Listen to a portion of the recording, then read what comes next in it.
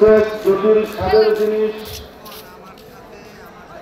দুনিয়ার লজ্জা সে নষ্ট করে দিবে, মনুষ্য অবস্থায় তার দুনিয়ার থেকে বিমুখ করে দেবে। যে ব্যক্তি উঠতে পারে না, বয়স অতিক্রান্ত রকমের মানুষ মাসের পর মাস, বছরের পর বছর বিছানায় এসে কাটাইয়া যায়, আছে না নাই? যদি বলেন আছে না নাই?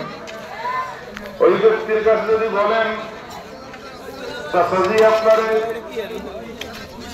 আমাদের জমিটা বিক্রি করব অল্প টাকা দামে, আমাদের জমিটা আপনি কিনে রাখবেন, বলেন তো জমি কেনার স্বাদ? যদি বলেন আপনার অনেক সম্পদ, এই কিছু জমি আমাদের বিক্রি করেন, অনেক টাকা আপনারে দেব, অনেক টাকা দিলে এই পয়সার কাজে লাগানো উপকার হওয়ার সুযোগ কি ওনার আছে? কোটি টাকা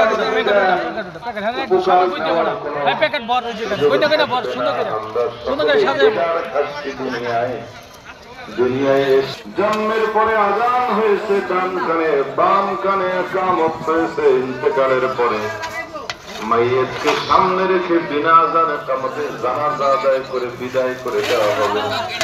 এই দুনিয়ার স্বাদ আমাদের শেষ হয়ে যাবে, দুনিয়ার থেকে বিদায় হব, 1000 কোটি টাকার মালিকের সম্পদ এই পর্যন্তই তিনি নিতে পারবেন।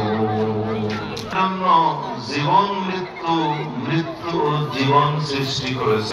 অনেক অনেক সম্পদের কামাই করার জন্য আমরা মনে করি টাকা হলে শান্তি হবে, সম্পদ হলে শান্তি হবে।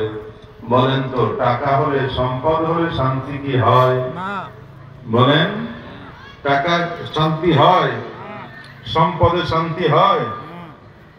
টাকাই সম্পদে শান্তি হয় না, ভোগ উপভোগের সুযোগ হয় না।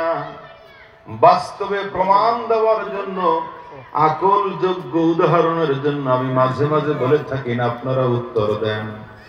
মনে করেন 60-70 বছর বয়স, একেবারে বৃদ্ধ মানুষ, বলেন কত বছর? অথবা কাছাকাছি এরকমের বয়সের সমান মানুষ, একজন গরিব সেই বয়সে রিক্সা চালায়, আর একজন এই বয়সে 1000 কোটি টাকার মালিক, দুইজনের বয়স একরকম। 60 বছরে রিক্সা চালায় আর 60 বছরে 1000 কোটি টাকার মালিক, দুইজনের যদি একসঙ্গে বসাইয়া খাওয়ান, বলেন তো কে বেশি খেতে পারবে?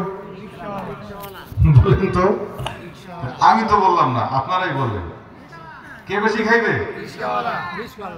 আল্লাহ পাক শিক্ষা দিচ্ছেন আমাদেরকে, তোমাদের সম্পদ ওই পরিমাণ, আল্লাহর নবী বলেন যতটুকু তুমি খেয়েছো